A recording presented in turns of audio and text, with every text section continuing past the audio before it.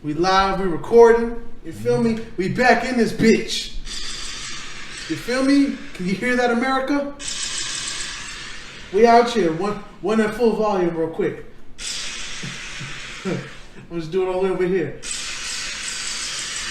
Yeah, nigga, the bombs are coming to you, nigga. Bombs over Baghdad, nigga. We back. You feel me? Back in this bitch. No bunions. You know what I'm saying? And that's no bat. You feel me? Real blood shit. Let me take a sip of that. What's going on with you, Bloody? Like my co-host did not say, what was another episode of Hold It Down podcast where we talk hip-hop and battle rap culture as a whole. I appreciate y'all for listening and those people tuning in. I appreciate y'all for watching because, hey, in case you didn't know, the HID Boyz are now in HD. You feel me? And I'm out here twisted on that dark. You feel me? That kosher grapes cider. You feel me? I sip that heavy shit. You feel me? All day. Twisted.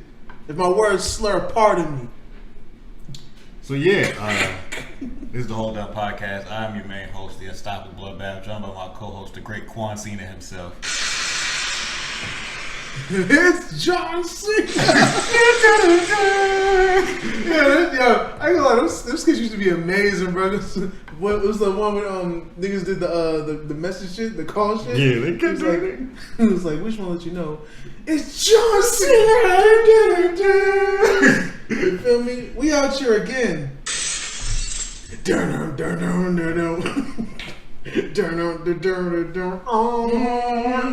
Out here. You know what I mean? One day I'm gonna do one for The Rock, and I don't know how to like smoothly transition into it. You know what I'm saying? Because ain't nothing cooking right now. But if something was cooking, I'd be like, if you smell what The Rock is cooking. The Rock says, The Rock says, The Rock. Yeah, this is a Hold Down Podcast. We're broken into a couple different segments. We start off with the hip hop foolishness and hip hop shenanigans. That's Clanche, part of the show. Then we get into our actual battle reviews, followed by the end, closing remarks, and of course the artist of the week. You dig? And apparently there's been a few shenanigans this time. I guess the universe heard our complaints from being a slow week from our last, it's our first smack back with nobody to back smack. Nope. You feel me? So they came through with the shenanigans, and the shenanigans was again. You feel me? We out here. Okay, sure. Any news you want to cover first? It doesn't matter what order I go in. It don't matter. You know what I'm saying? Me, quantum physical, don't got no problem. You know what I mean? That ain't no problem. That ain't no problem. Just with the Shannon Sharp quote. It's so applicable to so many things. Really I respect it. It's so applicable. It's going to be useful for a very long time. You know what I mean? The best ones is when they be like, oh, baby, my pussy got a little hair on it. Ain't no problem. Ain't no problem. Yo, chicks be really like insecure about that. That's true. When it's just a little bit. You know what I'm saying? Shit, even if there's a bush there, I'm like, first of all, mama ain't raised no bitch. Mm-hmm. All right? You see the top of my head? Mm-hmm. I deal with hair. All right? Ain't no fucking thing. Yeah. You know what I'm saying? I'll let it slide for the first time. You know what I mean? I'll battle through it. It's all good. Mm-hmm. You know what I mean? After that, you can take care of the situation. Mm-hmm. You know what I mean? Gotcha. Let's get to it. But that ain't no problem. But there is a lot of problems right now. I'm talking about YFN Lucci. I thought it was a little scrappy. No. You don't want no problem. YFN Lucci right now had turned himself in because police was looking for him because apparently he was involved in some kind of murder. That's what the news was originally. Murder on his mind? Yes. And then the story finally came out, slowly but surely, that apparently he was in a drive-by and he was the driver and one of his homies got shot and they left the nigga in the street. And murder was the case that they gave him. First of all, now I can only speak on, because I ain't never spent a day in the streets. You know what I'm saying? I barely use the streets to cross the sidewalks, from go to one sidewalk to the next one. You feel me? Or when you're out here and ain't no damn sidewalk, you just go from grass to grass. You feel me? So I can only speak on what I've seen in movies. And movies, I guess they try to portray, art imitates life and all that BS. Most of the time when shit like that goes down and your partner get hit, if your partner's already like dead, then yeah, like, not saying I justify it, but I guess I can understand. Because it's like, I don't know what you're supposed to do if you're the one engaged in the criminal activity and your partner's like dead, like they caught one, they ain't breathing, they ain't even like, you know what I'm saying, there's no chance of saving their life. I don't know what you're supposed to do. We're not even gonna get into the fact that like it's I don't understand how somebody like YFN Lucci, who is, I would like to say, rap-wise, is probably doing pretty well in life. Like, somebody might say he ain't had a hit in a while, but like, what? It's been 1 year. He's been doing all right. He got the key to the streets. Yeah, he's been doing all right. Like, he's been beefing with a pretty known young thug. You know what I'm saying? Like, he's had a hit pretty recently, like what, a year ago or so. Yeah. That's not too bad, especially niggas in the South know how to like really get it out the mud and like be self-sufficient. Like, you know what I mean? Make their own bread and whatnot. He's been in the tabloids for like dating a very beautiful Regine Carter. You feel me? Like, I don't know why this nigga needs to be going on drive-bys. Like, because every day he lit. What you mean? I wanted to not even acknowledge that shit. But anyway, nigga, like I don't understand unless it was one of them times where like he was just driving, his partner in the passenger side was just wilding and decided to just pull out the blicky and start blicking at niggas.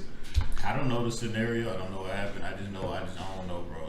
To me, it's just wild to leave your homie body in the street. Like, because he was in the car with you originally, from what it sounded like. So I would just like to believe that that's what happened. If his homie got hit and he was already like dead, then maybe, because like, what do? You drop him off, you bring him to the hospital, and then police are asking you questions. They're like, yeah, we went on a drive-by, but he got hit. But you know, you guys got him now, so I can go home. Ha ha ha ha ha ha ha ha. No, it's not how it goes. It's not how it goes, but like, you still can't leave a nigga in the street. Like, for what? For not niggas to just like, for anything can happen to your man's body. If you get random animals could try to eat the shit. Like the other niggas might try to fuck with it. Like, it's just so much that could go wrong that like you just can't leave a nigga's body. Like, that's just weird. Oh, the other niggas gonna fuck with it. So you mean like the Dave Chappelle skit where the niggas had the gang war and they dug up the dead body and they stepped on that nigga's sneakers when he was dead? It's not gonna be like that. That shit was wild. But yeah, man. No, ain't nothing that dramatic. But it's like, I don't know.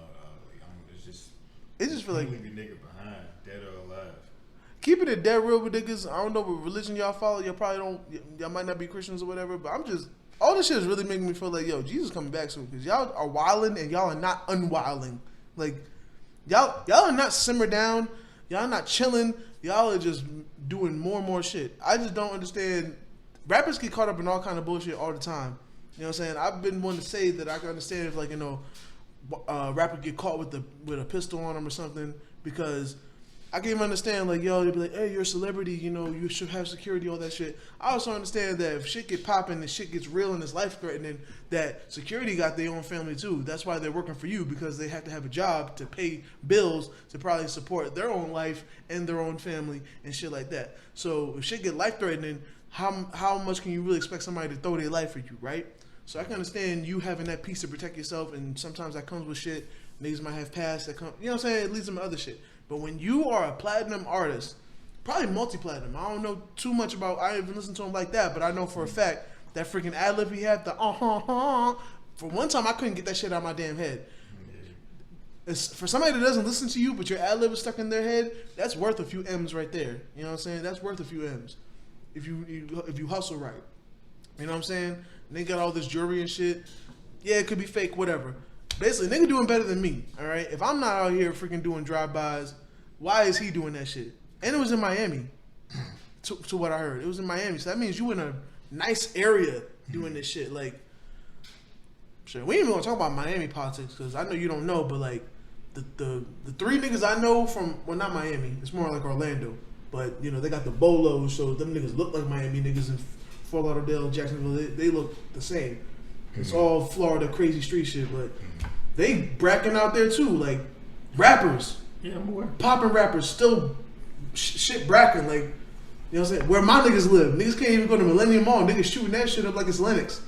Not surprising. Like, shit, like, yo, y'all niggas is just wilding and y'all are not, like, unwilding. Like, y'all niggas are putting fire to the flame and not, like, no rain. You know what I'm saying? Like, y'all over here chasing pavements and shit's just getting harder. Pause. Okay, sure. But I'm really not surprised. Excuse me, I'm twisted. He's not. He's really not. I'm not really surprised by it, because it's like a lot of these niggas, they still try to keep their street aesthetic. You know what I'm saying? Once they start getting money, it's like I don't know. But I'm still real stuck. Oh, you just left your man. That's really what I'm stuck on. Like, I've been stuck on that since the jump. Like, we might have to have our resident beard enthusiast and street correspondent to speak on the politics of that, because we as sidewalk niggas don't really get that kind of activity. I feel like that's one of them parts where like the street shit gets like really, really deep. Well, he tweeted 4 minutes ago that Lucci wasn't the driver. Y'all can't convince me homie ain't going out like that. He don't, cause he don't want to believe it either. Cause he also realizes you just left your man. Like that's what that means. I'm damn near like beyond him leaving his man's. I'm just confused. Why is Lucci driving in this? Why is Lucci in that situation? When you are winning, you're supposed to be on defense. You know what I'm saying? Nigga, Fabio Foreign said on his hit Big Drip, before Big Drip even became a big hit. I wasn't even trying to rhyme that time. Ooh, on a dime. You feel me? But nigga said we winning, we on defense. And he was talking about the street shit. His local gang beef, they're winning, they're on defense. You know what I'm saying? So imagine how much defense it is when it's like, oh shit, I caught a hit. Now I'm getting real money. I got M's. I could change me and my gang's life. I'm on defense. I'm not going on no drills. You feel me? Now my affiliates or my gang or niggas that are still home going drills, that ain't me. That ain't got nothing to do with me. You know what I'm saying? But nigga, YFN Lucci is way past the point of being on defense. Why is he on offense in any scenario? Like, I really want, like, I need details on this. It's like Tory Lanez and Megan. I need more details. I need to see what's going on with that. Yeah, because that just sounds wild. It's gonna come out though. Cause like I said, he turned himself in. So the truth will come out eventually. Then we gonna know the whole truth. I like to believe that the fact that he turned himself in is how much is a testament to how much he's not involved, or it's not what people are saying it is. Mm-hmm. You know what I'm saying? Because usually that could be it too. Shit like that, like nigga, if you coming in for a murder, nigga, it's gonna be some real time. It's gonna be real fighting. It's gonna be a real situation. I don't ever really get confused when nigga turn himself in for real. Because like, dog, they gonna get you. You're not, like you. Unless you ready to go. You built to run forever, bro. Like, some niggas ain't built to run forever. Yeah, unless you. Back when Jewels got caught with them guns at the airport, nigga had turned himself and was like, dog, Jewels is gonna get this over with. Like, let's get this over with. I think it's mostly because we city boys, so like we just ain't prepared to really be on a boat and go to the next country and then just stay there, stay low for the rest of our lives. Like we be like, nah, you know. New York niggas definitely can't do that because they loud wherever they go, and they have to tell you they're from New York at least once a week. So at least once a week. I'm gonna let you have that because there were shots in there, but you know I'm gonna let you have that. You just said a nigga on the run gotta. Yeah. Imagine a nigga on the run for murder still letting niggas know he's from New York. Nigga. He can't help himself. That'd be some wild shit. Niggas cannot help themselves, bro. They can't. No matter where in the world they from. Bro, his accent only gonna get worse the further he get from New York. Bro, I just imagine a nigga like being quiet and somebody be like, "Hey, yo, how you doing, sir? What's your name?" And he's just like sitting there bursting his steam. He's just like, "I'm from New York." That's what y'all do, bro. Get him. You ain't never met a nigga from New York who didn't talk about it every chance they got, even in conversations where it didn't matter. You gotta let a nigga know where you from, son. You gotta let a nigga know. For no reason. You be letting niggas know where you from. I don't talk about Florida unless I'm asked. You be letting niggas know. You be letting niggas know like in indirect ways. Because I have an accent? I can't help that. Yeah, you can. You can speak properly. You came through in the secretary swag today. With my glasses? Yeah. And you look real. I was, like I said, everybody was confused. It doesn't make any sense. So then she go put on a rant to say that anybody who was against what she was doing is being racist and very un-Black Lives Matter, and that she said she wasn't boiling the cat to eat the cat, which we all assumed. I mean, nobody knew what was going to happen next. Nobody even had. There's no logic in even boiling your already dead. First of all, digging up your already buried dead cat, therefore placing said dead cat into a hot boiling water setting to boil the said cat. Yep, she said it was soaking in peroxide because she wanted to.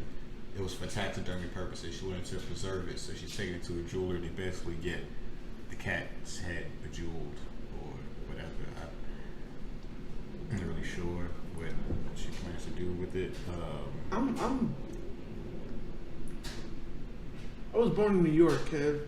Like, I was born in New York and raised in Florida. I don't understand these practices. I've been in like, I'm a suburban dude. Like, I don't practice voodoo.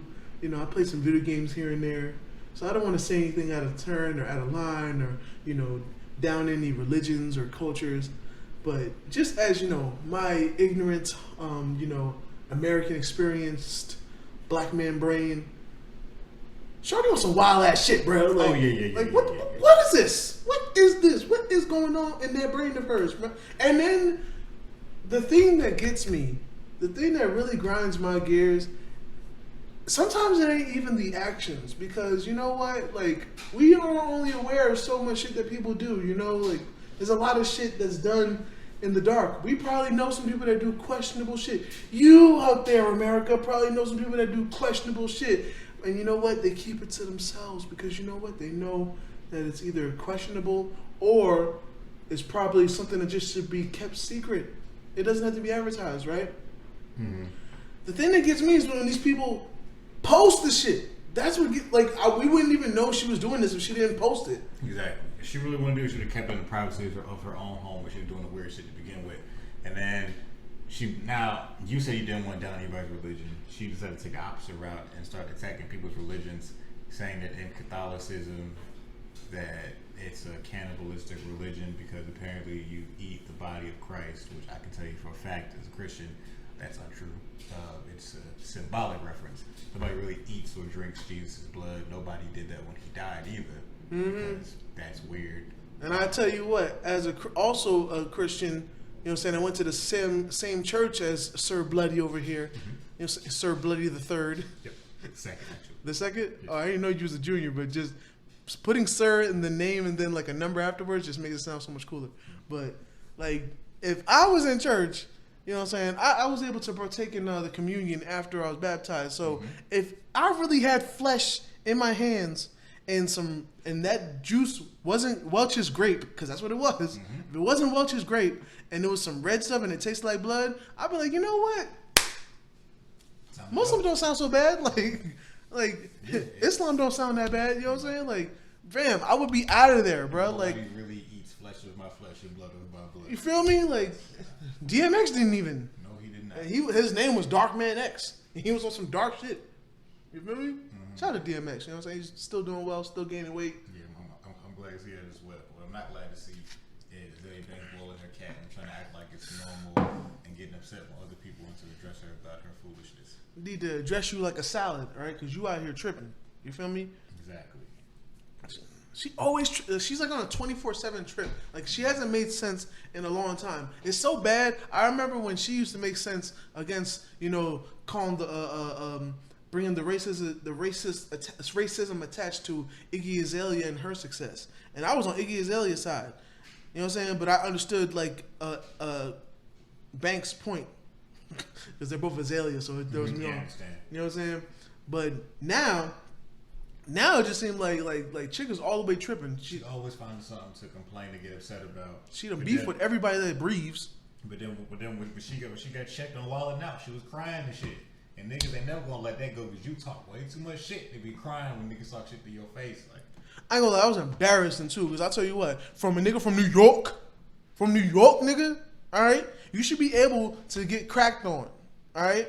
It's one of the main things that happen. You can't be sensitive and be from New York. Even people I know that are sensitive, when they in New York, they in field mode, so all that sensitive shit leaves. You feel me? Like, you can't, yo.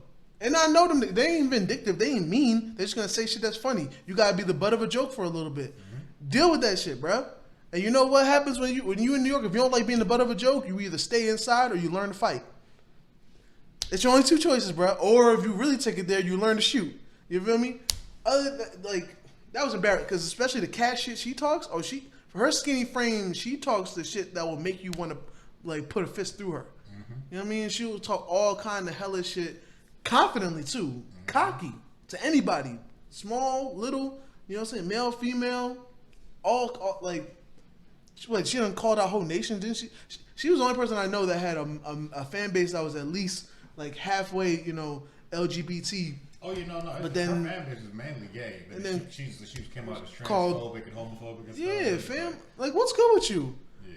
It's because that's because of you. I can't even listen to 212 no more. Like that was a good song. I liked it, and she really did have her own sound. She was coming with some shit. Like she had a good flow, good voice tone, but just like, damn, like I don't know. Y'all new niggas really made it like where a nigga could be very talented, but like the antics make me not want to listen to your shit.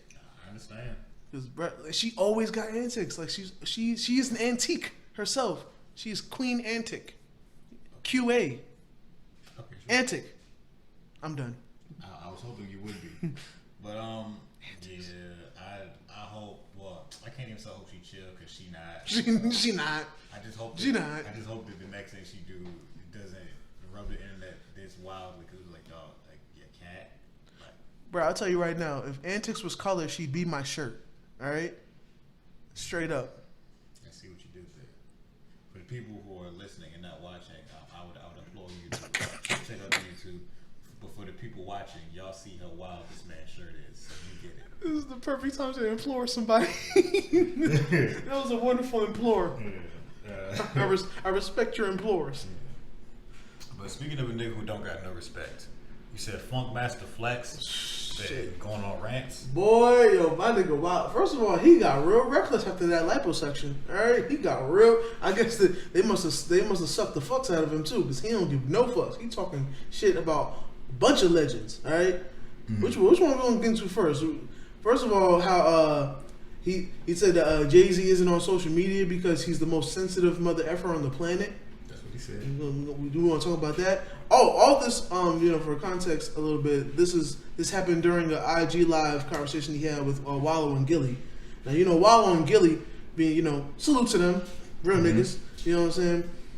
They gonna let you get your shit off, because I feel like Gilly and Wallow also realize while they're, real niggas and they respect themselves, people are gonna people all day, and niggas are gonna nig. So they're gonna let you get your shit off and have their name be attached to that content while you sit there and look a fool. You know what I'm saying? And bring more money, bring more attention to, $1 million worth of game podcast. Also, salute to them. You know what I mean? One of the podcasts I respect and watch all the time. You know what I mean? But we could talk about that. Or do we want to talk about how he said apparently Drake is better than Jay-Z? You want to talk about that? Mind you, he's from the Bronx. He's from New York.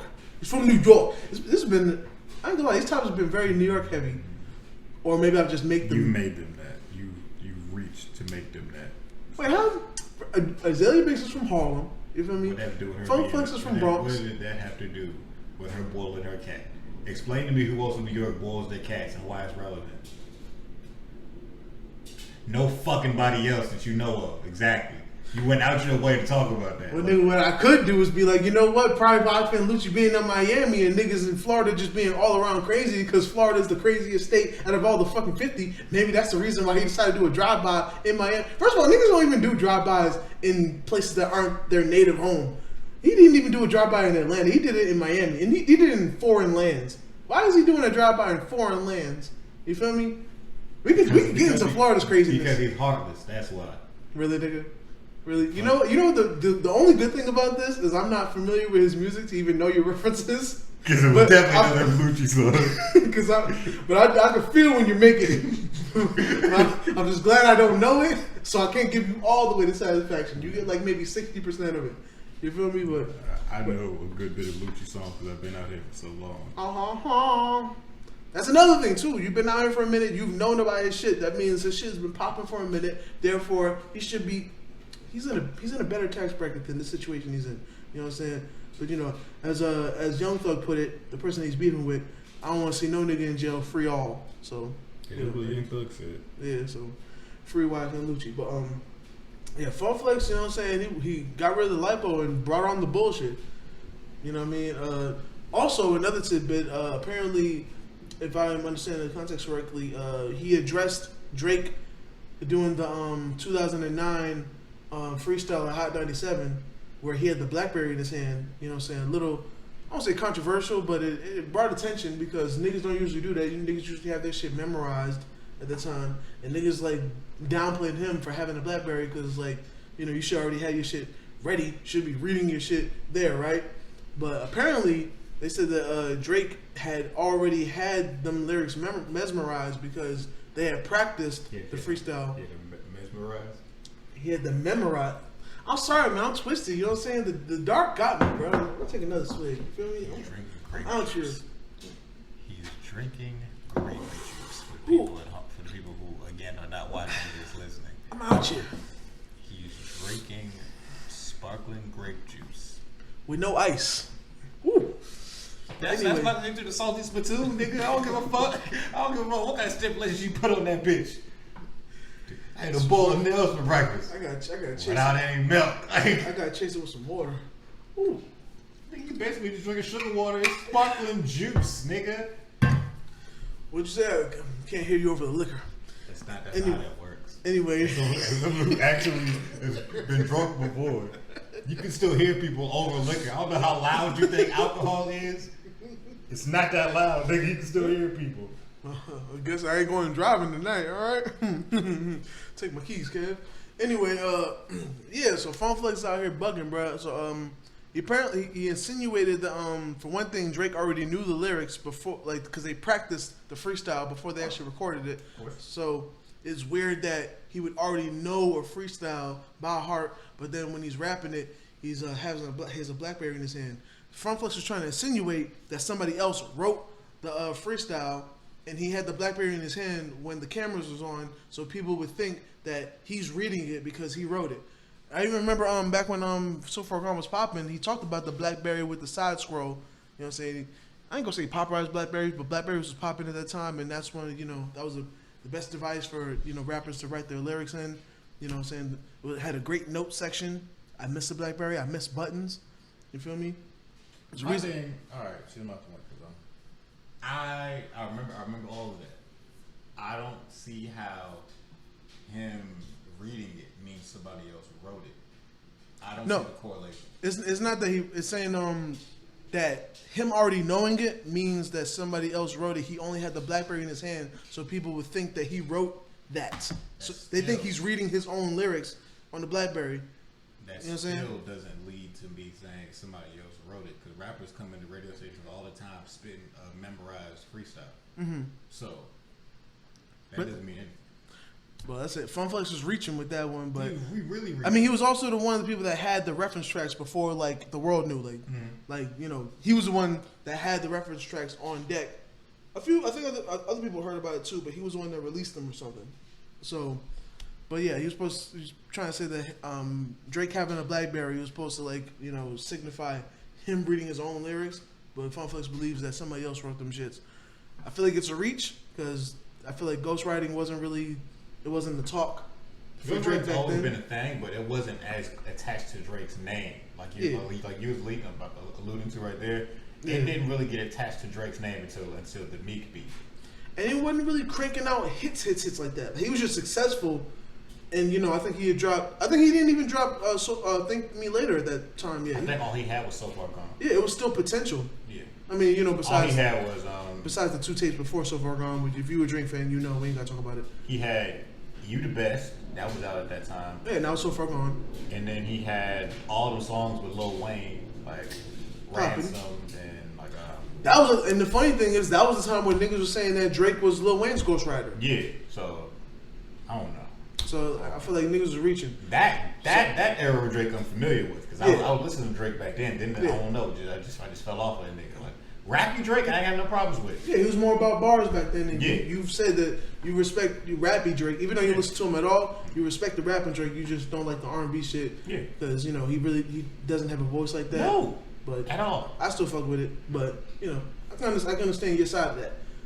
So at that time it was rap Drake. That's why he can go to Hot 97 and drop a freestyle. Yeah, you know what I'm saying. And he wasn't doing freaking like UK accents like he's doing now. Like I think go on a drill beat, be like "Mandem tic tac toe," all that other shit. So, but yeah, Funk Flex. It really sounds like Funk Flex is just like shooting at niggas that he got beef with as usual. That nigga he don't like Jay-Z.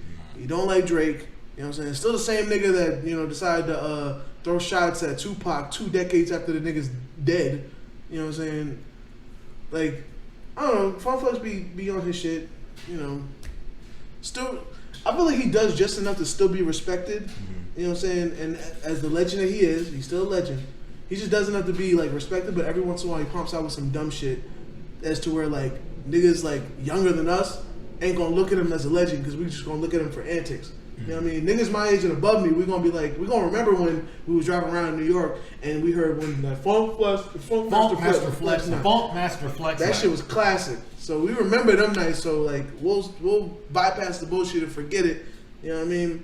And that's why he can still do freaking videos like he's doing now with Fabio Foreign and, you know, the one that he has with King Von and, you know, having people come up to freestyle and shit like that.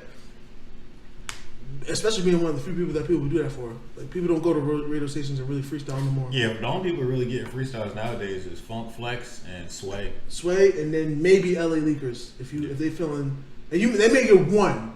You know what I'm saying? It'll be when a nigga on the climb. Once a nigga, like, you know, got some plaques, he be like, nigga, I'm not coming to these station freestyle, nigga. Yeah, nah, you're gonna be lucky to get the interview, nigga. Modern artists, I'd say, don't do that. Yeah. Old school niggas, they don't give a fuck. Cause like they're so seasoned, don't matter to them. Bro, it's nothing to them, bro. Method Man, after not dropping a project forever, I don't even know if he ever plans to drop a project. Nigga was auditioning for Power and still came through, dropped 2 solid ass 32 bar verses on a JID beat. You know what I'm saying, for Sway with Black Thought next to him. You know Black Thought. We ain't gotta talk about Black Thought. We ain't gotta talk about Black Thought. But if we were talking about Black Thought, that nigga's a fire ass freaking MC, my nigga. Yeah, you know what I'm saying? He's easily one of the best to ever do it. Yeah, kicks ill ass bars for breakfast and dinner and lunch. You know what I mean? But it's just like rappers from that era. That's what they did. To like, all right, you got to do that. Like it's part of the craft back then. Yeah. Nowadays, it's really not. So it's like, I understand why most rappers nowadays can't freestyle very well, or like it's not something they do often because it's like it's not as glorified nowadays. It's not something that you actually have to do. Because before niggas used to battle a lot, so like niggas don't really battle nowadays. They just make music because they want to make money. You know what's funny too? Prove they're a good rapper no more. Because most of these niggas are genuinely not good rappers. Yeah, I feel like Lil Uzi Vert kind of started that shit. Like when he went up on High 97 and niggas asked him to freestyle, he was like, "Bro, it's not what I do. Like I'm not a freestyle person." And then he they tried to play. I think they played Mass Appeal. He was like, "Bro, why you playing this old ass beat?" Like he just shitted on like the formula and shit. But then he rapped on RoboCop, and it was like, okay. I think like niggas like, you know, niggas like Sway and, you know, the radio DJ niggas finally got it. It's like, okay, if a nigga spits, if like rapping is his shit, then, you know, he'll come out there and spit. Like the baby, you know, the baby has his, you know, say what you will about the baby, but he raps. You know what I'm saying? And he can rap. So he might come up there, you know, before he makes $100 million, he'll kick a little verse for y'all. But no offense, nobody wants to hear Uzi Vert kick a freestyle. Nobody wants to hear some of these niggas that got hits or rappers, and I say air quotes because everything's melodic. We don't want to hear. We don't want to hear it. We don't. We already know you're not good at that, so I ain't even gonna waste my time with it. I'm waiting to see what XXL gonna start doing because they know these niggas can't rap or freestyle or I don't know. I'm assuming all these niggas coming with their shit's pre-written at this point. I don't expect no off the dome from them no more. But it's like, shoot, even with that, niggas find a way to like figure that out because, like, you know, I mean, while Uzi Vert didn't want to rap then, he rapped on the XXL shit, and it was because those was written. Yeah, but it was the most viewed like shit, like with him, 21 Savage, Lil Yachty, and I remember that. There was another person involved, Denzel Curry. I didn't want to forget because it was a respected four. I'm not even gonna cap. It was a fire moment. I remember that one. I remember because Denzel, I think he kicked it off. I think Denzel's a good rapper. And then 21, I remember that 21 said 30 to your face, 60 to your face, 90 to your face. That's a close case. I'll never forget that one. I ain't forget that one. He washed up. Young Savage, man, I got my car washed. Bro, that shit was fire. 21, I know. That's my boy. That's my boy right there. Bro, you said 90 to a nigga face, man. That's so much overkill on it. I don't like the human face doesn't have enough surface area to collect 90 bullets. Like you shooting pavement at that point, my nigga. That's so much. What did that nigga do to deserve 90 bullets, my nigga? God damn, that's crazy. That one I remember. All you had to do was say 21 was like, oh, I know that one. Like, yeah, I know that one. That shit was fire, boy. That was a fire moment. But like, you know, they gonna figure it out because like niggas have still made that part entertaining, you know, if they're good. Because I ain't gonna lie, it does separate the good from the weak. Yeah. It's even like, no disrespect, but the nigga we didn't know from last year's 24 karat gold. Yeah. You know, apparently it's a hit. Yeah, I had no idea. It was a big hit, like big hit number on, one on like the rock charts. Yeah, you know the boy, real name is Golden. Yeah. I had no idea. I did a little research on him after that. I was like, apparently that's just shit. I was gonna live in ignorance until I saw the boy was at the. I need to start calling him the boy. Like he's a grown ass man. Young looking, yeah. Shit. He was at he was at the New Year's performance that he performed some song. They was like, oh yeah, like this is trending like number one on the rock charts. I said, this nigga trending. This nigga that we had never heard of. Yeah, he caught a hit immediately after. No idea. Yeah, he probably, he's a well versed young man. Like he's one. Some niggas that catch one, and this nigga's like, nah, I knew what I was doing from the jump. He's one of them niggas like, nah, I knew what I was doing from the jump. But even then, when it was his turn to freestyle and shit, he's in the same room with Mulatto, who, say what you will about her, but when she needs a rap, she raps well. Yeah. And then Fabio Foreign, he's an acquired taste. But even he kind of got off on that one because he's still from Brooklyn. So when it's time to like go in, there's a little bit of go in there. There's a little bit of go in. I mean, you ain't gotta respect that. I can totally understand. You ain't gotta respect that. What does Brooklyn have to do with his rapping though? Because if a nigga's on the block trying to rap and you totally ass, niggas gonna be like, yo, get the fuck out of here, my nigga. Like, you know what I'm saying? Okay, sure. Now on the track, you can make it different. You can be like, oh, hype, he's energy. It's not about the bars, whatever. But like, before niggas get in the studio, niggas gonna be ciphering around their homies. Especially niggas like Fabio Foreign. They be having a lot of homies in the videos and shit. You probably spent, while you got the blunt rotation, niggas just got a beat playing and start freestyling. You ass, niggas gonna joke you out of trying to get into the studio. Niggas gonna be like, yo, that shit actually aight. You should record that. You know what I'm saying? So if you say so. If you swear New York has something to do with his rapping abilities, but continue on. You ain't gonna disrespect my state, all right? I'm not disrespecting. Disrespect my state, son. You ain't gonna disrespect my state, son. Always find a way to add New York into the conversation, just weave New York into the conversation. Like, no, that had nothing to do with anything. Cause it's New York, B. It's New York, son. It's New York. Feel me? Yo, I'm gonna take a drink to that too. You feel me? While you do that, so like Quan said, as I was saying, Fabio raps. He rapped okay on the freestyle. He rapped okay on that, but then it was in bullet points because that's how Fabio always raps. I swear, when I saw that, I've never forgotten, and I hate that because I definitely feel like it describes his style so perfectly.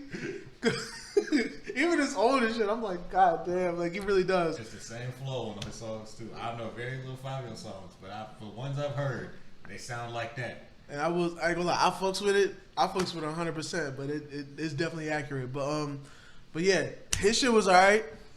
And he flirted with a Mulatto a little bit, or Mulatto flirted with him a little bit. Shout out to the boy. I don't know how it was. I just know that nigga was staring at her very aggressively, and it made me uncomfortable. Oh, cause she had said some shit. She had said some bars in her shit. She was like, "If it ain't Fabio, I ain't fucking with a rap nigga." Some shit like that. She threw him a little rhythm in the bars.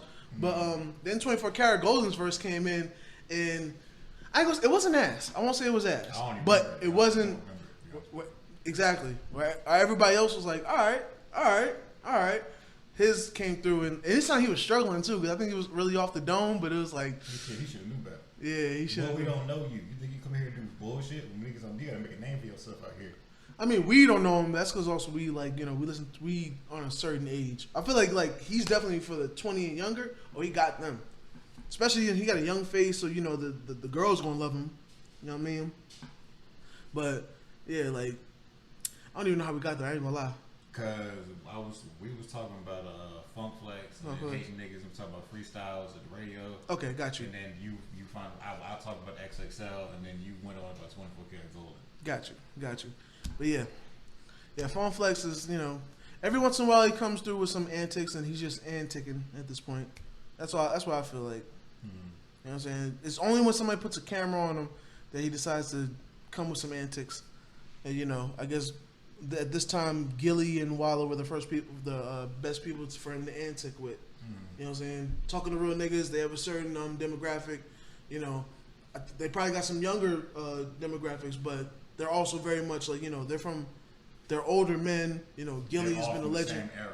Yeah, so they all speak the same language, basically. Yeah, so basically how you put it. So Funk Flex was just funking shit up, funking and flexing. And he's like, I'm amongst my peers today. I'm gonna talk my shit with niggas who understand what I'm finna talk about. Yeah. And Yeah. now the internet heard his talk amongst his peers, and they're confused. Yeah. And I feel like niggas also be knowing who to do that shit with, cause like Funkflex been having a problem with Jay-Z. I don't know what the problem is, but he's been having an issue with Jay-Z for years.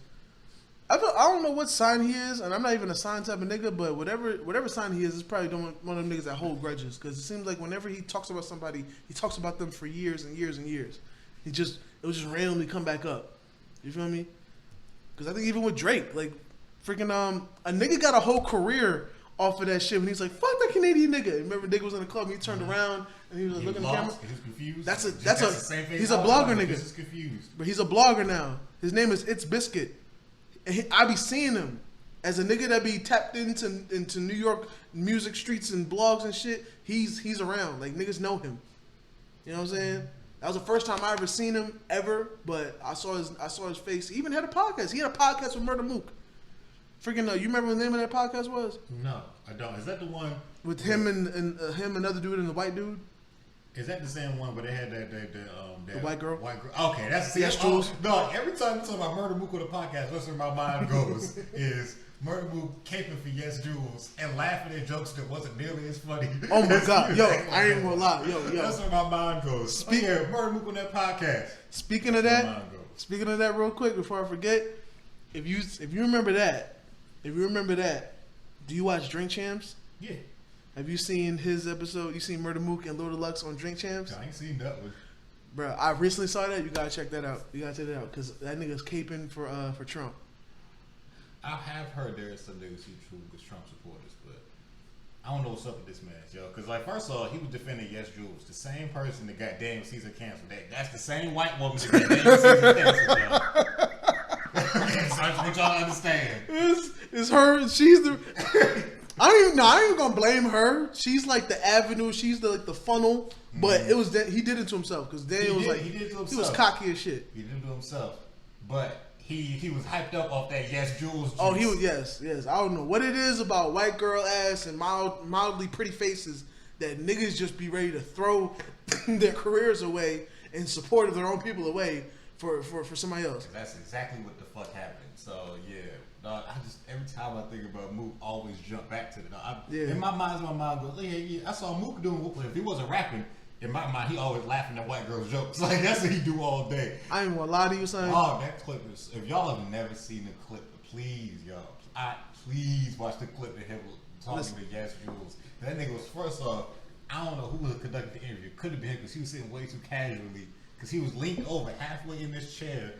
He was so comfortable. This comfortable, lean back and laughing, head back, laughing at these jokes that wasn't really jokes. Head back. And I know the nigga wasn't flirting. How funny something is for your head to lean all the way back. You know what I'm saying?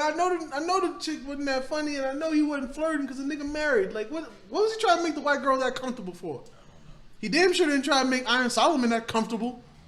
You know what I'm saying? The only time a nigga make the white girl comfortable like that is if he's bagging up the bricks, dog. Cause it's like for real, bro. For real. Nigga want the white girl to get that comfortable. Dog, like, bro, and Murder Mook, we love you, bro. But that shit just was a wild. That was a wild time, bro. I think that canceled your whole podcast because after that there was maybe like one more episode.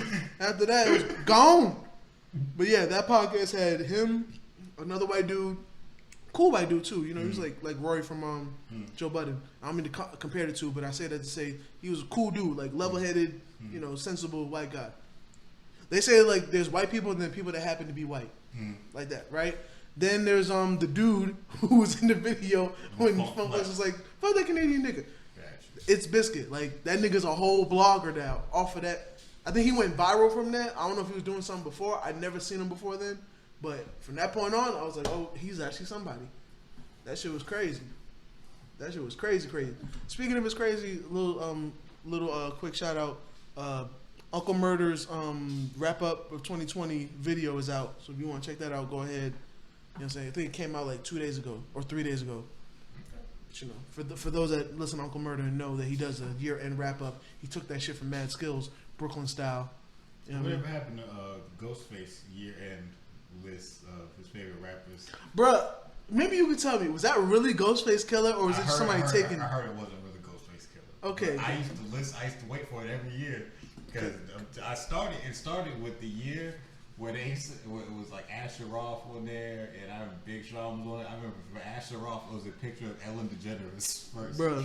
And it said that. That nigga was disrespectful, bro. Very disrespectful. I remember he said that Big Sean had like the most moist aura he's ever been around. Dog. Like that list, those was fucking hilarious. It was like, this is mad disrespectful. But I'm pretty confident that the God himself goes away and said that was. Yeah, he would. I don't think he would have did that shit. No, I don't think he would either. He don't run around there talking about niggas. Like, That's why it's also a really weird trait when like people like said Funkmaster Flex, people that are from that era, be so pressed to be with the times today and talk about the people, because that's really what we didn't do. Because even I was like this week I was watching a bunch of Drink Champs interviews, and I watched Busta Rhymes. And while Busta Rhymes got into damn near his whole career, he also maintained a very good level of not talking about personal shit or trying to unleash secrets or talking about niggas where it was, not necessary. Even though he know the scoop and could out niggas, but he's like, that's just not what we do. Yeah. You know what I'm saying? Like, so I think that's also why it'd be so weird when niggas like Funk Flex do this shit, because like niggas like Funk Flex don't air shit out like that. You know what I mean? You almost gotta catch niggas slipping. Like even when Busta Rhymes and Swiss Beats talk, and all of a sudden you be like, yeah, that nigga got a problem with Drake and shit. It's like niggas be like, where did that come from? Because niggas are prone to not talk about other niggas. You know what I'm saying? Unless it's necessary. It's just like really the cloth you come from, keeping the G real. Really, if I'm gonna compliment you, really green tea ass nigga. That's really how beef is supposed to be, in my opinion. Like, dog, you don't really run talking about shit you don't like. Like that's that new school weirdo shit where you always gotta talk about shit you don't like, dog. When I came up was like, nigga, if you don't like it, why you keep looking at it? Why you keep talking about it? If you don't like it, leave it alone. Like, don't be around it. Yeah. So, even if you don't like a nigga, you're not gonna keep running into this nigga. This like, you know what I'm saying? Like, that's not how life works. You don't like something, you don't go around it. This life ain't fucking reality TV. But where in all these reality TV shows, all the people who don't like each other always around each other. That's not real life. That's not how real life works. Exactly. That's not realistic. Like, bro, I'm not around nobody I don't like. You know why? Because I don't fucking like them. Like, Exactly. why am I around these niggas? You feel me? I'm not in the vicinity and none of that shit. And if I ever didn't like somebody and somebody else I knew that I do rock with knew that person, they would let me know beforehand, hey, so-and-so's here. I'll be like, you know what? Probably not going to come through there because I don't want to deal with so-and-so. You know what I'm saying? Just avoid situations. Grown man ting. You feel me? Even on this podcast, like, we have people we don't really care for and we just choose not to speak on them because you know what? We could. Yeah. They be the ones antiquing the most. Yeah, and we can make whole freaking segments. We can make a whole podcast about them niggas. Give views to a nigga I don't fuck with. You Like, know what I'm saying? And we nobodies. They well know more than us, nigga. But fuck it. I don't want to get my views that way. Exactly. Speaking of getting views, make sure you head to the YouTube channel and watch your boys, the HID Boyz, now in HD. You know what I'm saying? Hey, if we get enough views, I might get a haircut. And when I say haircut, I mean on the side here. I'm keeping this shit. All right? I'm gonna keep my crown. Black power, nigga. For real, for real. Let me take another sip to that. Out here twisted. You know? But yeah, to conclude it, Funk Flex is still funking and flexing out here. Talking about Jay-Z and Drake and just controversial shit. You know what I'm saying? Go peep it. It's probably on YouTube somewhere. YouTube be having the IG lives.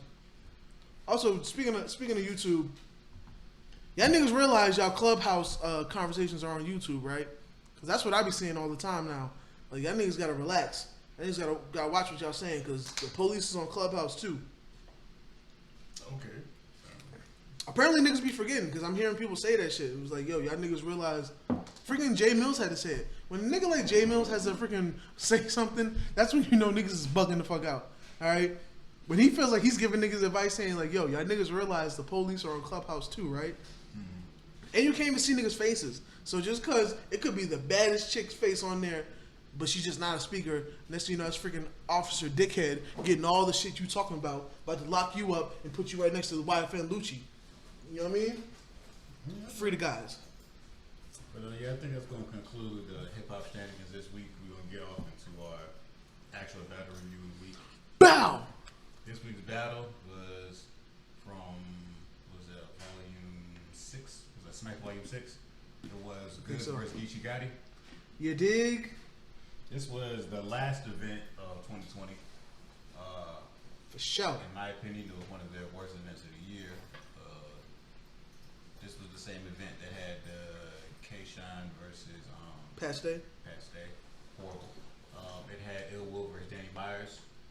whatever. Bar God. I forgot about that. I almost forgot about it too. I ain't gonna lie. It had Arsenal versus Jerry West. That was probably like one of the best battles of the night. For sure. Because Arsenal was actually rapping, so I was appreciated. Is it a shame that sometimes we gotta like preface that like just because the name is there doesn't mean it's gonna be guaranteed like fire. Like sometimes they show up, sometimes they don't. You know, like when Sue Surf was back, like he was killing shit, and then we was like, all right, maybe he might be consistent. Maybe we'll get another one like that. And I feel like since then we have not had another one like that. I think the only good battle we had was like earlier in the year. Since then, he choked every other battle. Like every single battle he choked this year, except for the first one. So Has it all been caffeine battles? yes, he choked all of them. So you mean to tell me he can't like He's get choked. started without gas? He's basically a car. Is that what you're saying? Is that what you think the caffeine is? Because caffeine's usually been like quieter, more quiet room shits. It's not been big events. So without like me, you know, spitting this bar that I worked on, and it's a fire ass bar, and then the whole crowd going crazy to amp me up to keep on going. Without that shit, it seemed like he chokes. The first time he choked, he said it was because he wasn't used to that environment. He wasn't used to hearing himself. He wasn't used to echoes and all that shit. Yeah, I gave it a He pass. went, choked again. Yeah, that's what I'm saying. When he chokes again, it's like, all right, like you could have gotten prepared and acclimated to the situation. Mm-hmm. It seems like it's just not like you just don't perform well when it's just emphasis on bars and presence and not And you ain't got gas. You ain't got all your niggas on stage with you. yeah. When you can't be like a freaking Brooklyn drill video and have your niggas twirling and freaking you know woo walking behind you, it seems like you don't perform the best. I don't know what it is, but it's about outside of the rap, Surf's been good as a commentator. Like Surf and Jay Black be like doing pre-show commentary and stuff like that. So he's a good talker. Like, he's a good host. He's a good personality. I don't know what it is. Like so when it comes time for the bars, niggas been falling apart lately. So I think he might need to stick in that talking role where he's just a color commentator. I ain't gonna lie. I'm not mad at like, you know, if he were to go in the commentating route, you know, it would be a good avenue for him because he's already got his solidified, you know, reputation. So you know, it could be like Jerry Lawler. Was it Jerry Lawler, or who's the guy that actually wrestled before? Jerry King Lawler. Yeah. Jerry King Lawler, like Jerry Lawler, a freaking battle rap and shit. And a lot of these battle rap niggas be having personalities. They be some funny niggas behind the mic and shit. So it would be great for niggas to be putting their personality on display. You know what I'm saying?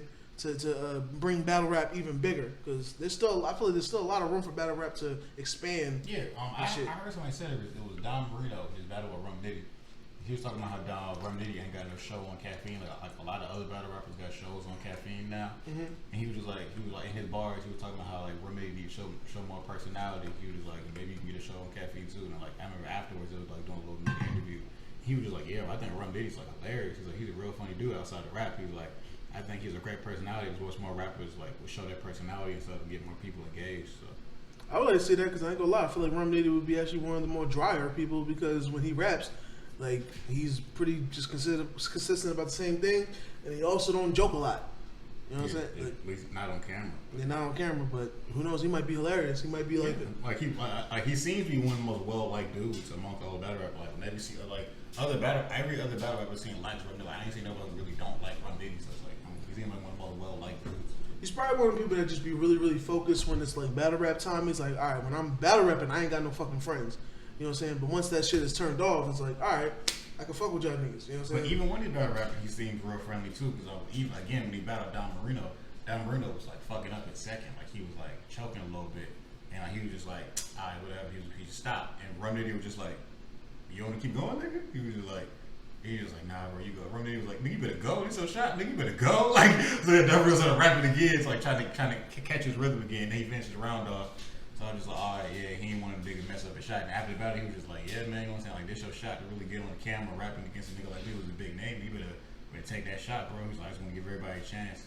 Yeah, but that just means he's a nice guy and he's not an asshole. That don't mean he's like got a personality. I see that too. I can see how you feel that way. But yeah, he could be like that. Who knows? He might have like a, you know what I'm saying? He might be on the podcast when the nigga get clapped. You feel me? That's another thing that gets free rent in my head, bro. Every once in a while, I'll be like, they clapped his ass. He got clapped when Norbs got freaking dismantled. Restore Order is one of the funniest, like one of the funniest podcasts out right now, in my opinion, because Swave and his man IP are just hilarious to me. Because IP usually is just there to talk shit. That's the main reason IP shows up, in my opinion, is to talk shit, and he loves doing it. Like, bro, it's what because I don't know if IP is from Harlem. I know Swave is, but if they're both from Harlem, is what two Harlem niggas would love to do is just sit back and talk shit. That's what. Hey, I'll tell you what. I feel like Southern niggas, they get old to like give game and just be chill. Mm-hmm. Older niggas, I feel like they get older to give game and be chill, but they also get older just to talk shit. You know what I'm saying? That's what we basically gonna do. You know what I mean? Them niggas is hilarious. I love their whack bar of the week. I love their whole show is funny to me. Every episode. Them niggas, that nigga disrespected Bar God so hard, bro. Like he came at Danny Myers for weeks. Bar God. But eventually, Danny Myers. Bar God. He said that he would battle Ike. He just been real busy. He said he don't run from no battles. He said he gonna battle him when he get the chance. He said they gonna get that together. So I'm waiting for it, but so the problem is it ain't happened yet because Danny Myers. Bar God. He had battles damn near every week. He had a battle last week on that card for Smack. He got another battle in like a week or two against Arsenal. He's battled every Smack event last year. I think he battled damn near every Smack event last year. Like, it's somebody that either nigga always got time or nigga always need to check because he has 10 kids apparently. So yeah, he did man kids on him. Yeah, he looked like a turtle. Yeah, nigga has a lot of kids, so probably got to keep rapping to feed all them kids. So. Yeah, you definitely do. Definitely do. You gotta have a side hustle too, because I know battle rap ain't paying that well. You know what I'm saying? Shit, that's a lot of kids. Unless your name is Goodz. Apparently, because Goodz apparently done figured this shit out. Goodz and just been getting money since he came in the game for a long time. So, nigga, the first battle I ever seen him do, nigga said, "Hater, no paper, my fabric, 14 karat gold gators." I was like, this nigga's talking money when they was in the barbershop freaking battling. Exactly. Like, I was like, all right, shit, I don't know who this nigga is, but I like him. Goodz been talking money since he came in the game, and he was rapping against Geechi Gotti. Nigga who been talking gang shit since he came in the game. So. And it was definitely a battle just like that. It was one side talking money, another side talking gang shit, and I was here for both sides. I ain't gonna lie. Before the battle though, I was very confused because Goodz had been asking for this battle for a minute, and I was always confused. I was like, Goodz, why do you want to battle Geechi? Like, Geechi one of the most consistent niggas in the game. Like, Geechi don't have bad battles. Like, Geechi really come prepared for every nigga and talk his shit. Yeah. I was like, I don't know, Goodz. Like, your style don't really clash with a nigga who gonna talk that street shit, cause he's gonna talk money 3 rounds. But I was also aware, like, I remember, I think it was me and Shaq talking about this. It was like, Goodz gonna probably try to find some angles that other niggas ain't took, and that was really good. So I think before the battle, I didn't see Goodz doing well, but then after, like, I remember when I watched the battle, I was like, I think Goodz did really well. Yeah, same here. Goodz held his own. Like, Goodz did really well. Like, Goodz found really good angles against Geechi. Yeah, he talked grown man shit. I feel like that's an angle you could take because you know what, Geechi Gotti is a nigga that he talks gang shit, but we also believe him. Mm-hmm. It's almost like it's like a you know, like when you play RPGs or when you have Pokemon, you know what I'm saying? You can have an element, but there's also another element that is a weakness to your previous element. You know what I'm saying? Whereas Geechi has the gang shit. The only thing that kind of like beats gang shit is grown shit. You know what I'm saying? Grown man bars is something you gotta deal with. You know what I'm saying? Just like we have a Tay Rock that will talk gun bars and just mindless violence all day. But what beats that shit is when you talk real life street shit. It's like, all right, you talk this shit, but I don't know if we believe you because you always talking violence. Like it sound good, but nigga, I lost homies. I banged out. I do this for real. You know what I'm saying? And then the only thing that beats that, like I said, grown man shit. Like it's some certain shit that Trump shit. So it's like when you deal with a nigga like Geechi, if you are a real life tough nigga, like, and you ain't gotta prove it, but you doing well in life, you gotta be like, all right, I'm gonna talk this grown shit to you because, like, it's like, yo, and that's basically what he did. He was like, yo, gang shit. Like, you don't lost so many friends, that's probably you got any left. Like, you know what I mean? Like, it was a beautiful angle. Like, I fucked with it. I fucked with both sides. It was a really good, entertaining battle. Like, I'm glad I chose this. You know what I mean? Yeah, one did choose the battle this week. Your boy. Okay. Holla at me. I tried to do the Jay-Z voice. I can't do it. I don't think you should do it no more. I ain't Avion Crockett. You tried it didn't work, and now you know to do it again. First of all, you know how I operate. You know, most of the time when I do shit terribly, I end up doing it again. Why do you think we keep playing UFC all the time? I mean, not lately, but you know. Because I don't know, baby. I don't know why. I don't know why you're gonna get. I'll tell you what. It's because I be taking too much swigs of this, and then I start getting all drunk and shit. You know. Whew. I should have chilled it a little bit before I took a sip. Anyway, yeah, Goodz and then Geechi Gotti.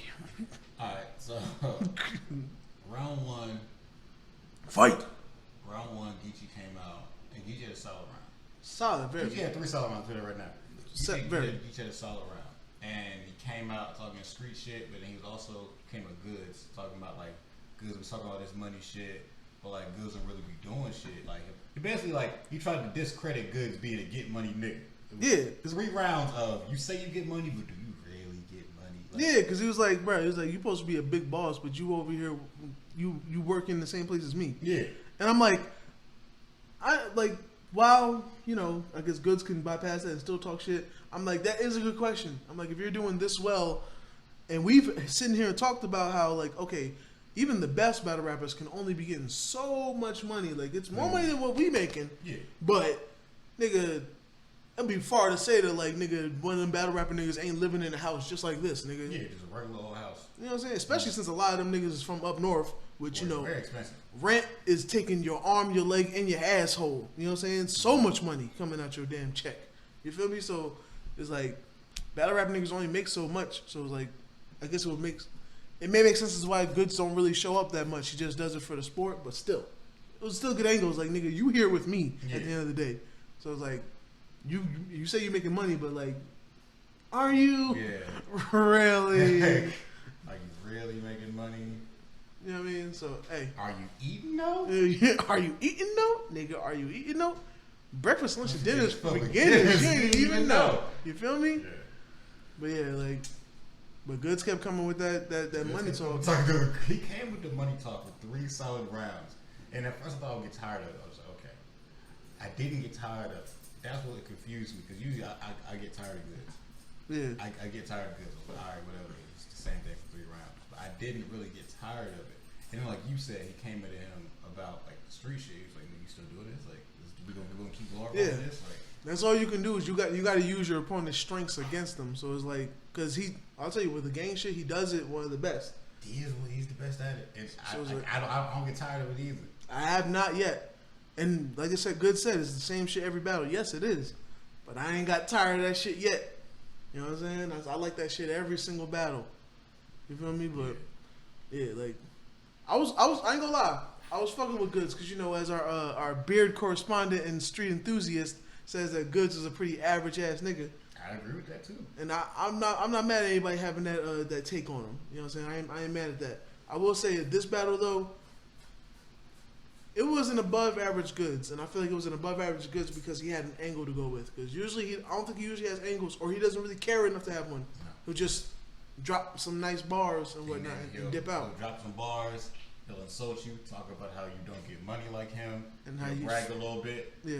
And then that'll be it. But like this battle, I feel like he's been preparing for a minute to come at Geechi with these angles. He's like, all right, I'm gonna talk in this round. I'm gonna talk about how you don't get money like me and how you need to find a legitimate thing to get money and how we need to be teaching people. Yeah. In this round, I'm talking about how, all right, you a street nigga. Yeah. That's not that cool no more, dog. Like, yeah, we've been doing that. So he's just like, then in another round, I can't remember which round it was. He was talking about how when niggas watch battle rap and they see him, they know, like, they think, oh, niggas getting money. Like, do you remember which round that was? Yeah, I think it was the third round.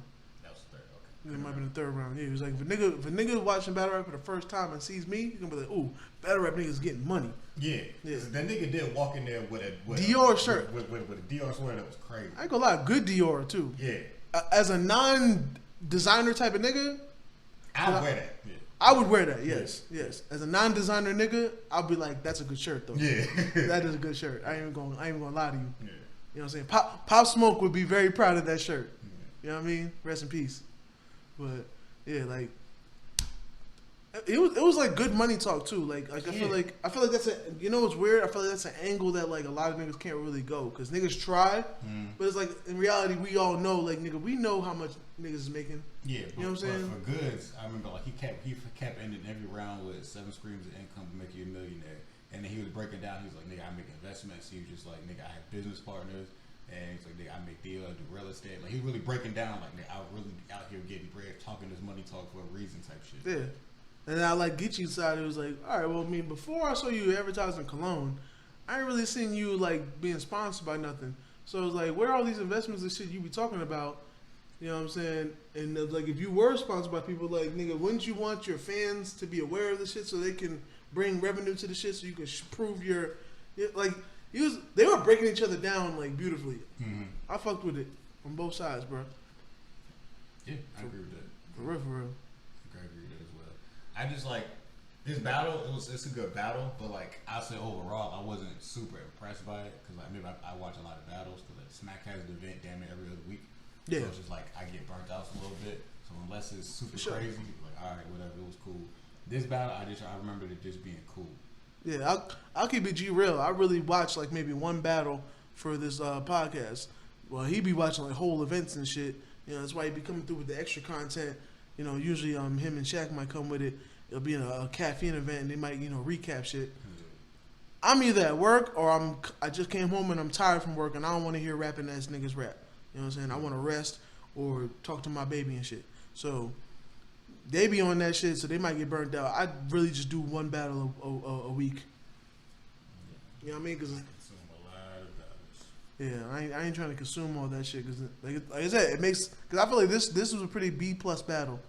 Because it's also like I like when it's not just two niggas that just happen to rhyme good going against each other. Like when we can come with some schemes, come with some angles, some good angles too. Like we can come and try to break each other down, and it works. I mean, we don't get that often. Sometimes we get niggas that come, we can get legends with lackluster performances. We can get niggas that just, you know, they're coming with it, but we've heard 1,000 shoot 'em up, bang, bang bars all day. So it's like, niggas ain't trying to hear that shit. You know what I mean? Like, it could be anything, but when we have somebody, like, when we have people coming through with actually, like they sat down and wrote for a specific nigga, and they do it well. It shows. It's different. For sure. It's different. You want to give the scores or what? Let's get into it, bloody. Alright, crowd control. I gave Gotti a 5, and I gave Goodz a 5.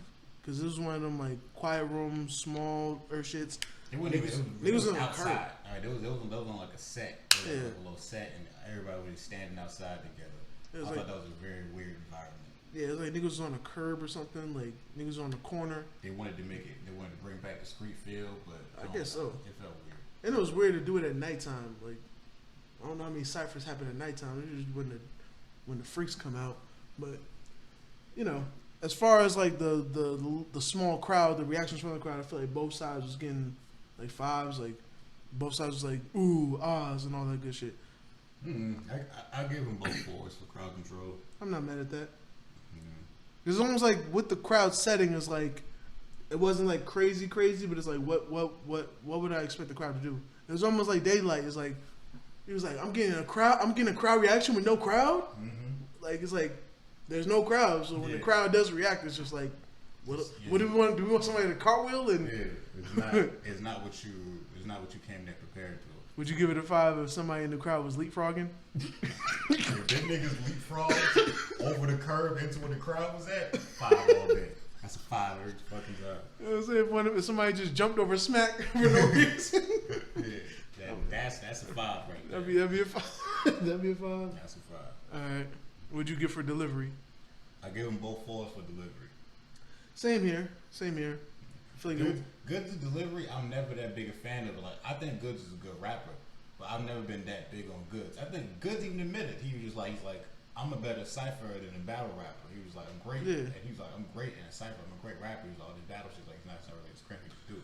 Yeah, because besides Past Day, mostly niggas just yell all day, and Goodz is not like a yelling ass nigga. You know what I'm saying? He's too cool for that. So like, he's gonna emphasize certain points, so it's gonna be good, but it's not gonna be like, nigga came through with the cut. He ain't gonna spit in your face and all kind of crazy shit. You know what I'm saying? So, and given the setting, like like I said, both sides got a 4 because like I don't know what it's like. I feel like I couldn't feel comfortable giving it a 5, but I was like, I don't know what more I wanted niggas to deliver when it's just you and I. How much yelling we gonna do at one another?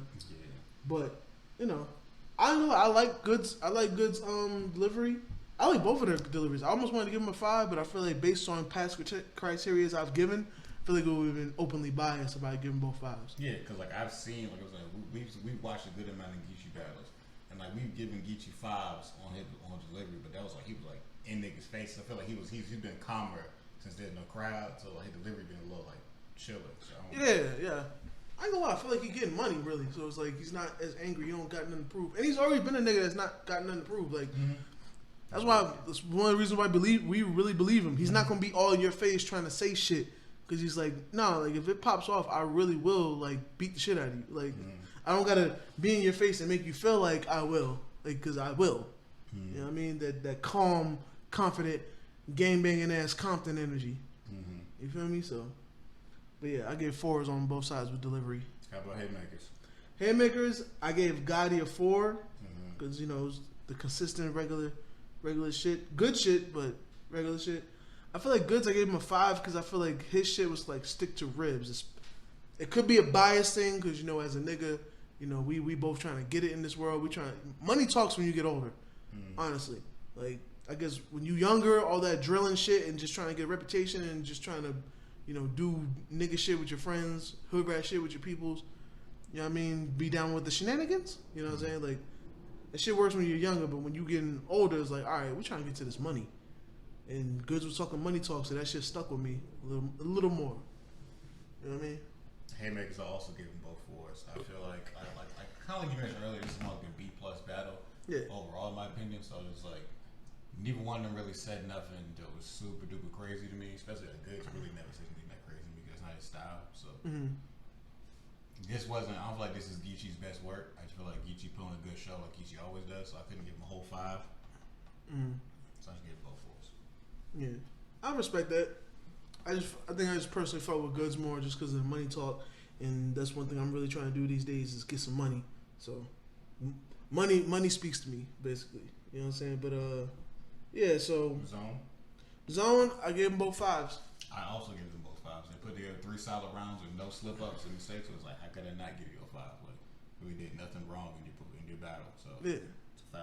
Yeah. They beat both niggas, got 17s for me. I thought it was a pretty even battle, so I gave both 17s. Gotcha. I got a 18 for Gotti and I got a 19 for Goodz. You know what I mean? I feel it was a pretty solid battle. If we had to give any side that I feel like did better, I feel like I favored Goodz a little more just because, you know, the money talking, the grown talks. I might say I favor Goodz a little more too if I had to, because it was like I didn't see that coming from him. Because again, you battling a nigga like Geechi, and Geechi really be bodying niggas when he wants to. I just did not expect Goodz to do as well as he did. And I feel like Goodz did really well. So even though we don't usually like battle grade by rounds, this one I did feel like it was a good 2-1. I'll give like the first 2 to Goodz, and then you know Geechi always gonna get that third. His thirds always be something. So it was consistent. Like he's definitely one of the most. I ain't gonna say one of the most. He is the most consistent battle rapper I've ever come across. Goodz even said that because I've seen post interviews. I watched post interviews in my room earlier. Goodz was like Geechi battles a lot, and he's never whack. Like there's a lot of niggas you can't say that about. Like Geechi battles like he's never whack. Like even Goodz was like Geechi put on a great show against him. Like he thought the whole battle was great. Like he ain't get that bad to say about Geechi. So he was one main reason why the battle Geechi because he thinks Geechi's really good. He respects Geechi. So he's like Geechi's never whack. So he's like I appreciate the nigga always come prepared, consistent with his shit. Like Geechi's damn near like he's like a new age Jadakiss. Like Jadakiss has never had a whack verse. He's always gonna have like a bar or two, at least a bar or two that stick with you, even if it's a commercial joint. Like he's always gonna come real consistent with his shit.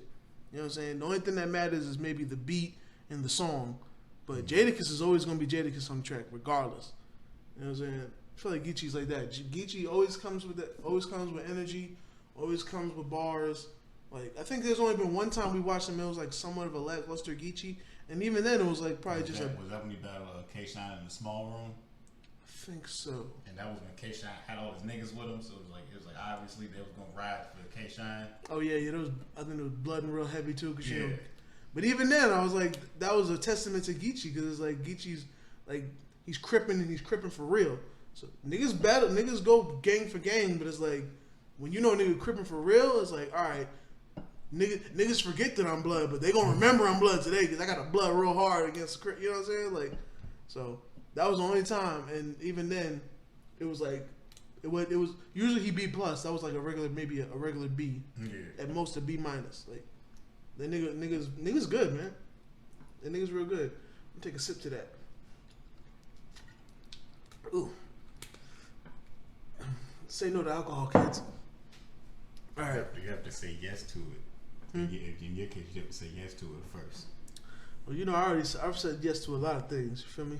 Exactly. Twinkies, donuts, funnel cakes, ice cream, sprinkles. What you ain't gonna do is add extra desserts, okay? Say, I'm gonna correct you, sir. Okay, ice cream, funnel cakes every once in a while. Donuts, I got a thing for donuts. You know what I'm saying? I fucks with the Krispy Kremes. I ain't had them in a minute. I ain't had the Krispy Kremes in a minute either. I low-key been thinking about getting me some lately. I might take that dive. I ain't had a Krispy Kreme donut in a good minute. If you ever do, just do me a favor and at least get one of them or two of them, the chocolate covered ones. I want to try one. Right. I ain't tried it yet, but I want to try it. I can do that. You know, so if you end up getting like a dozen or something. That's all I buy. I'll either a half dozen. I'm about to say, it's almost like, is there any point to getting less than a dozen or less than a half? Like, you gotta get more than one. Yeah. You can't go up in there. Nobody go in there just buy one. And if you don't buy at least a half dozen, you a serial killer. I feel like you're buying the cup of donut holes then, because the cup of donut holes is only like $2-3, and it's like a cup full of like these donut holes. I ain't gonna lie. He actually put me on to the donut holes. I didn't know donut holes was like. I ain't gonna say I didn't know it was a thing. I knew it was a thing because you know the Munchkins from Dunkin' and stuff. I knew that they had that, but I know like all the other stuff, it don't be fresh. I know the donuts are the main thing because they be fresh, and that really makes a difference. I didn't know the donut holes are fresh also. Yeah, because they come right out the donuts that they just made. So yeah, they got fresh donut holes. Yeah, so them shits will be fire too. But yeah, ice cream and donuts, nigga. I don't fuck with that other shit. I don't fuck with Twinkies. You don't fuck with ice cream and cake? I fuck with ice cream. Cake. I fuck with ice cream. I don't really like cake like that. Only time I like cake is when it's from Wish Wish. You know what I'm saying? Because that shit, that's that potent shit, boy. What? Bro, you know what? I should get some tonight because I ain't had it in a minute. Man, you lucky I'm trying to get back on my right shit, man. But yeah, bro, like, that shit. Bro, you can smell it through the wrapper. That's that shit, nigga. Sit it in a pamper, nigga. You know what I mean? Before he was freaking Trump dick riding. That nigga was saying some shit, boy. I think about it every time I get that shit, bro. I literally pick it up and smell it while it's still wrapped, and I'm like, I can smell everything. I can smell every ingredient, and it's wonderful. It's lovely. Yo, what this man is referring to, I don't know if you ever heard the restaurant which is like a knockoff Subway or like Quiznos or whatever. Hella expensive too. Very expensive for no reason. Sandwiches, a dub easy. Yeah, it's like Firehouse Subs or whatever. So they sell like these little cakes in there, or whatever. And I brought him like one home one day because we had one on campus back when I was in school. I brought a nigga home a cake one day just to be nice, and the nigga got addicted. The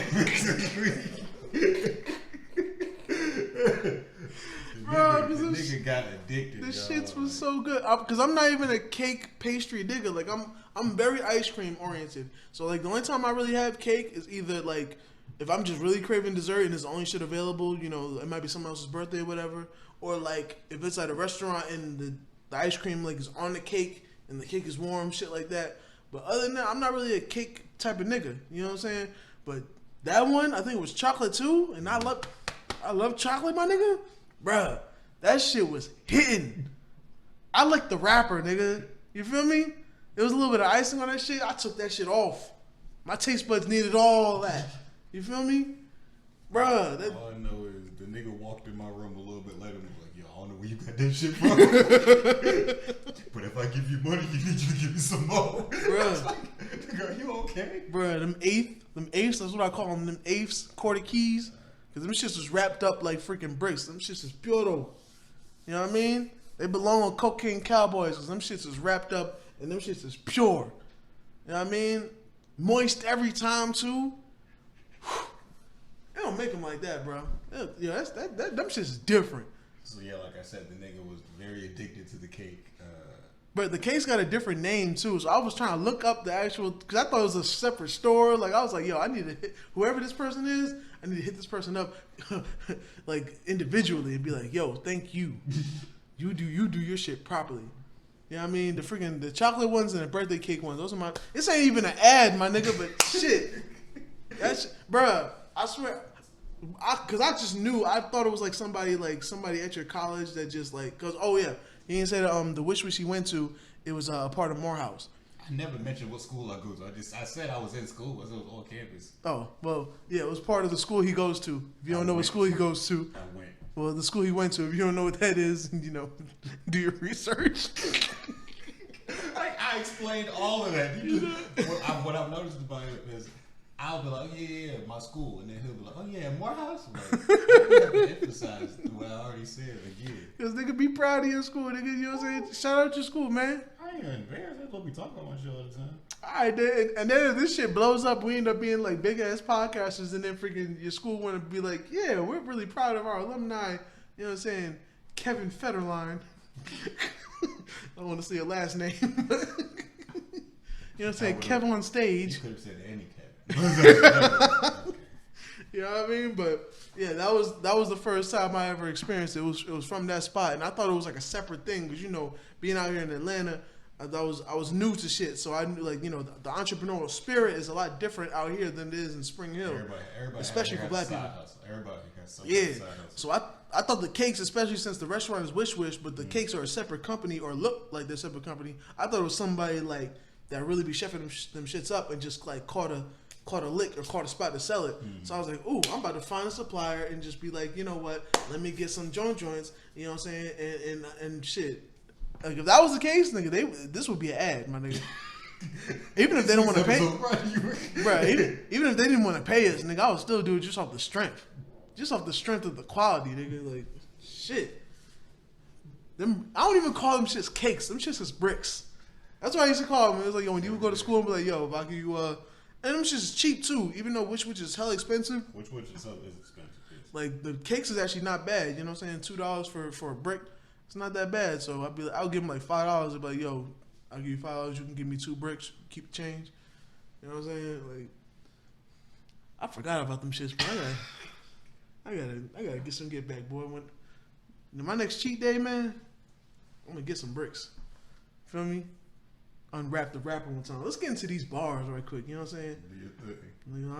I don't know whoever wrote these bars, man. They ain't gonna be as sweet as them bricks, man. I'll tell you that right now.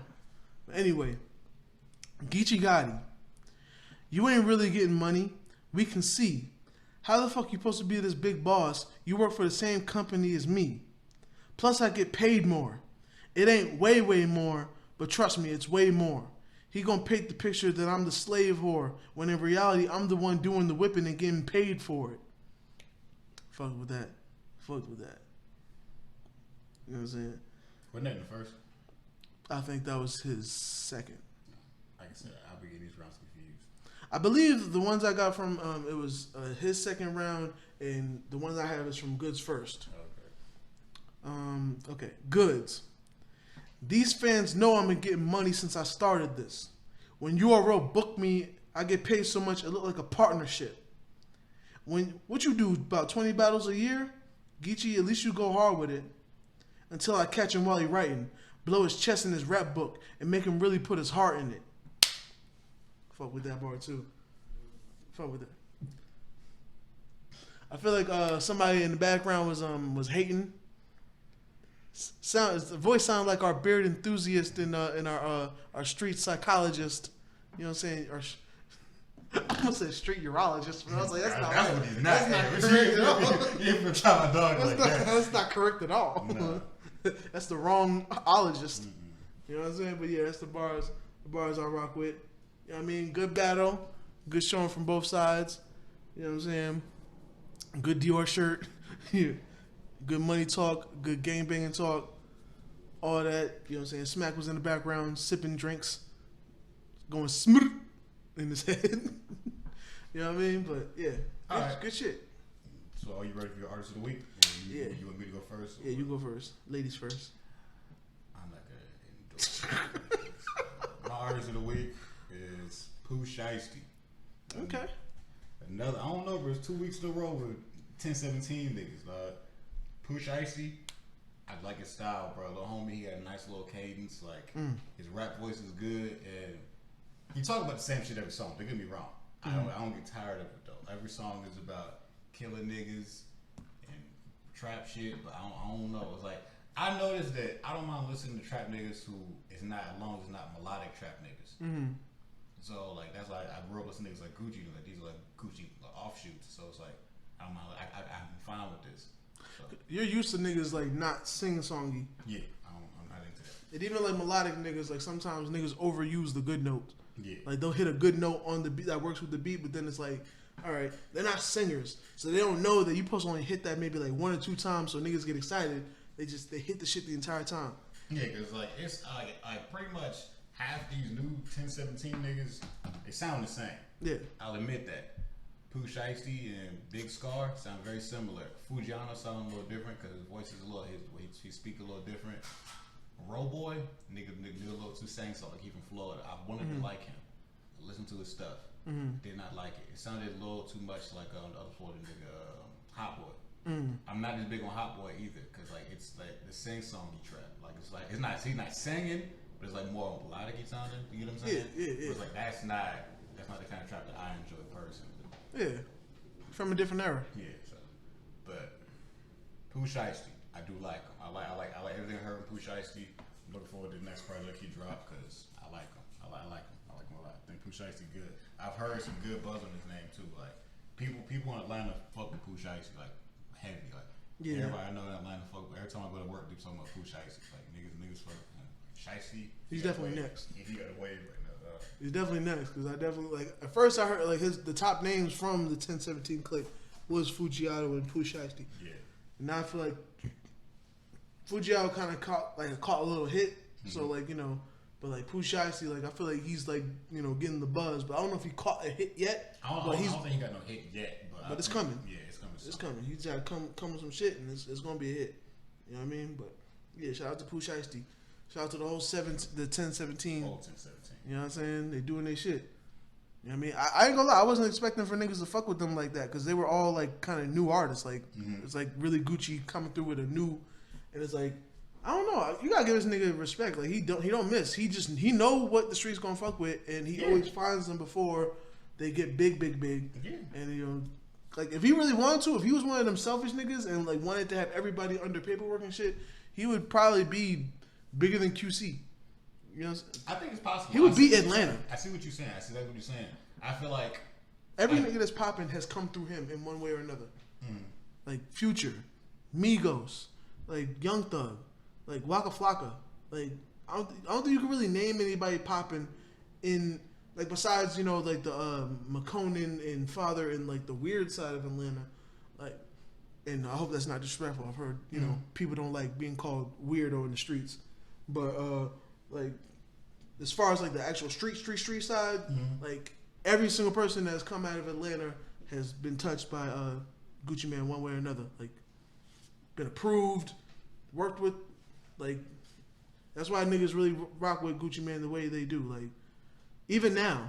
And it's also like lucky what you like kind of saying is like Gucci ain't afraid to work with nobody either. Like Gucci will work with any nigga from Atlanta. Like Gucci will give anybody a verse. He always trying to get back. So he could have signed niggas. That's what I'm saying. Like, he could have probably signed niggas. Like he could have signed it, but he just really be like on some real nigga shit. Be like, yo, I fucks with you. Like niggas would be signed, and then like they might find a big situation and be like, all right, I'll let you out your contract. Like he don't hold niggas or hold niggas.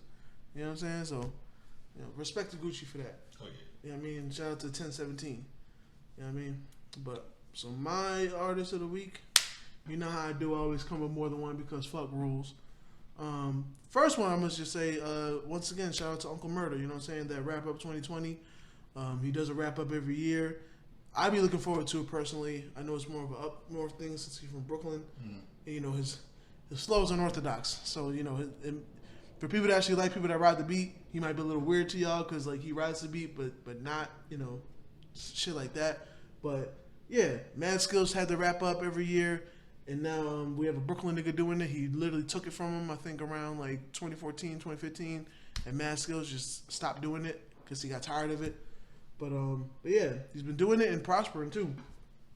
And also he's disrespectful with it because niggas be really doing a lot of disrespectful shit. So it's like he can talk to niggas and make niggas give. What is it showing me say? Give niggas the credit they deserve for being dumb or being stupid. Mm-hmm. So I fucks with it. He did say this year is probably gonna be his last year, but niggas, we only 2 weeks into the new year, and he literally be saying like, bro, niggas is not trying to let me retire in peace. Like, fam, we ain't even gonna talk about the shit that happened. If you are alive during these times, you know what's going on. We ain't gotta talk about it, but it just seems like 2021 is just gonna be exactly what 2021 is. It's 2020 part 2. It's just going to be a year after 2020, so it's more bullshit. When are you going to see your artist of the week? First of all, nigga, I do what I do when I... First of all, you know what? I'm taking a sip. You know I'm twisted. Oh, grape juice.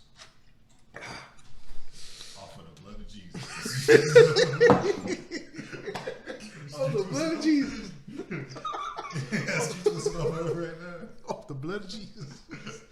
But yeah, my artist of the week is Uncle Murder and K-Camp. I want K-Camp to get some flowers because he released I think the deluxe of Kiss 5, which I have heard that. In my opinion, Kiss 5 is definitely by far the best one. Just keeps getting better. And he also released Rare Family, which is like his click label, all that shit.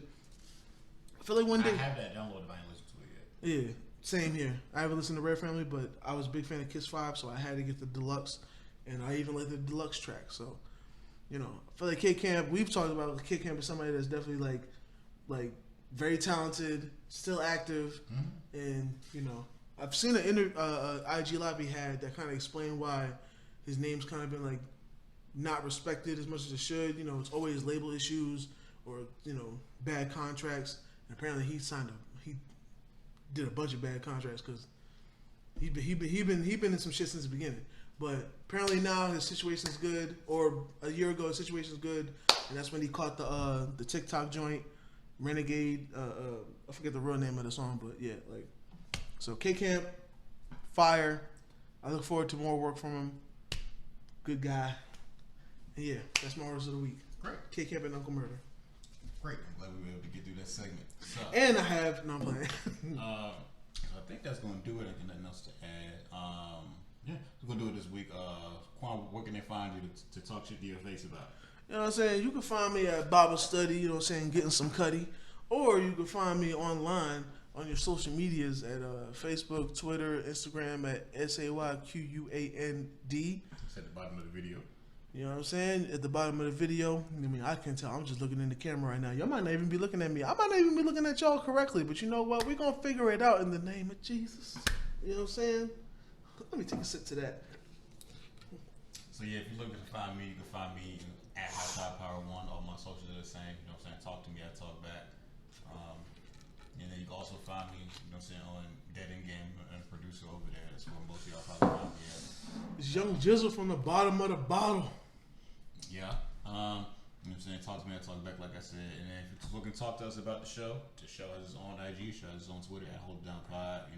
If you got any questions or battle recommendations, but we definitely want more questions though. We need more questions so we could for sure answer questions on do a little quick Q&A, do a video answer fan questions or whatever. So send your questions in. Yeah, man. Let me know if you want me to put the alcohol down. You know what I'm saying? If you don't want me to be drunk next episode, we'll see what we could do. You know what I mean? If my words are slurring a little bit, we try to be professional, but sometimes things just go as they may. You know what I mean? So yeah, like I said, I think I was gonna do it with this week's episode of Hold It Down Podcast. Make sure when you get a chance to swing by the YouTube. You trying to end this shit? Follow wherever you listen to the show at. Give us a review. You know what I'm saying? That helps out the show. Yeah. Share the podcast as well. Also, you know what I'm saying? Just spread the word that the HID Boyz now in HD. Quan, any other foolishness you wanted to add before I end the show off correctly? Say no to drugs. Say yes to hugs. You know what I'm saying? Baby, because I'm a thug. I thought the only word was going to come next after that. Because I'm a thug. I was like, how's it going to add thug? mean, I could have said Kanye Shrug. You know what I'm saying? Okay, sure. And Clean your rugs. While you're doing that, you know what I'm saying, remember to tell a friend and tell a friend. And tell a bitch to tell a hoe. And remember to stop and hold it down. Hey, yo, y'all listen to Young Dro. Just a random shout out. Peace.